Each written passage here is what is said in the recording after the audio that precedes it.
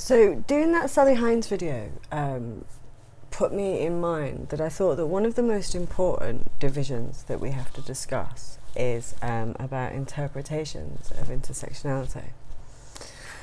Now, Sally Hines has made a living turning intersectionality into, well, basically narcissistic word salad, because she actually can't do what intersectionality demands.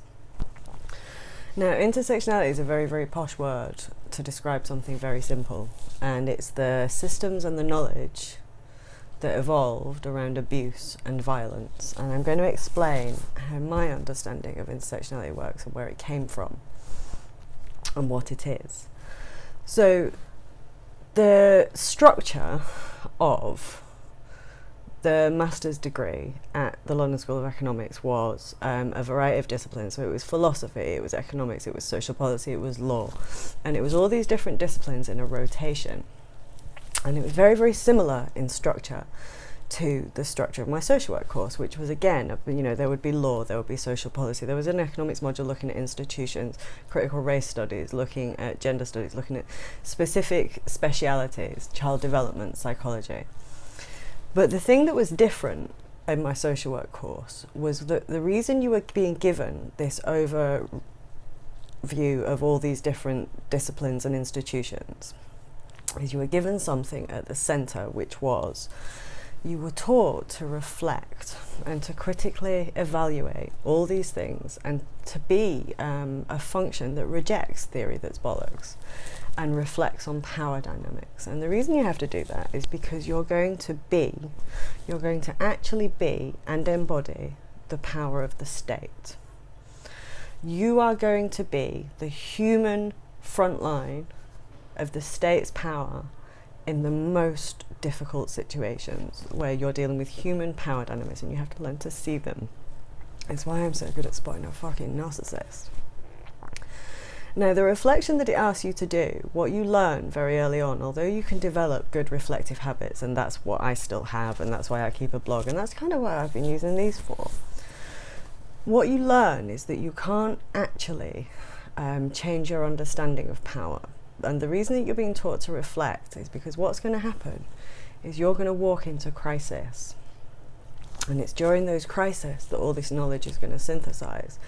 And you're going to develop an understanding of failure. And you're going to your perspective is going to be shaped by that. And what you're being given is the tools to critically reflect on the way that your own thought processes, which are involuntary, by the way, you're actually being taught to prepare for these points where you're in a situation where you are learning something new about what one person is capable of doing to another. You're learning more about power dynamics. You're learning more about the walls of these systems and where they shut down on people. And you're reflecting all the time. But you're actually reflecting on real power dynamics in crisis. And you have to reflect on the power that you have. And this all sounds kind of arty-farty and nebulous.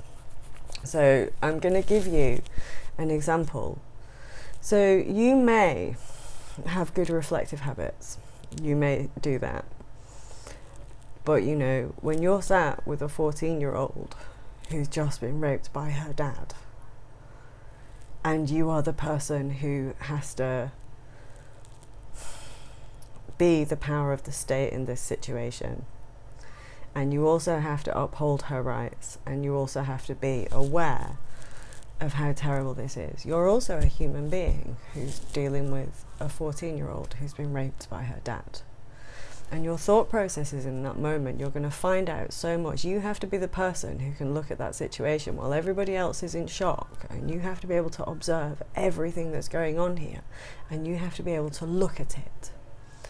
And this is not something that the human psyche is supposed to do. You have to be aware of the shortfalls in your perspective. You have to be aware of your all-encompassing desire to look away from this, because you don't want this to be true. To put it quite bluntly, you don't want this to be true, and you want anything to be true but this. And this is very, very human, and you have to be aware in those moments of not only how all this knowledge is coming together, but how the limitations of your perspective are preventing you from seeing things. Because you have to be able to see in this crisis when nobody else can. And this is what intersectionality describes, and first and foremost, it's reflection on power dynamics. Now you can see very much the difference between what that is and what Sally Hines is doing. Now what Sally Hines is doing is she's actually demonstrating what Kimberly Crenshaw was talking about with intersectionality. And what Kimberly Crenshaw was saying is that without that critical reflection, without this, without people reflecting on power dynamics, on the way that systems come together, that power dynamics reproduce themselves. And she was talking very much about academia, and she was talking about activism, where, posh people take over and they get benefit from, and the same people are marginalised and left at the bottom. And she was talking about how academia, when it's separated from the reality of human experience of these power relations, where it doesn't reflect on them, always ends up reproducing power relations. Which is why Sally Hines, a senior academic at the University of Leeds, has christened everybody within safeguarding and equality frameworks as a TERF who deserves to be hit. And she's pretending to herself that this is upholding other people's rights. This is not. This is a social policy academic hiding from what she doesn't know by demanding that the most vulnerable people in the country are marginalised and silenced to save her reputation. And that's what intersectionality is about. It's about the fact that people do that if they don't reflect. Now, Sally Hines has written a lot about intersectionality, considering she's never understood it. Now, intersectionality did not come from academia.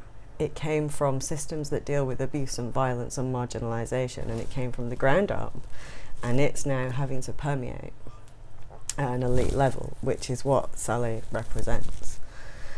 And one of the things that these bullshit disciplines like trans studies and gender studies they've done is they've appropriated the term intersectionality to mean I identify as narcissistic word salad, basically. And so they've pretty much devalued this concept, but actually this concept is really, really, really important. In fact, it's possibly one of the most important understandings to navigate this crisis. And in actual fact, intersectionality is what Hayek was saying would happen, that the evolution of the rule of law would occur, while academic disciplines who couldn't see it would not be aware, and it would generate crisis eventually. And that's where we are now. This rule of law has evolved. We have developed this understanding of power dynamics. We have developed this systems analysis.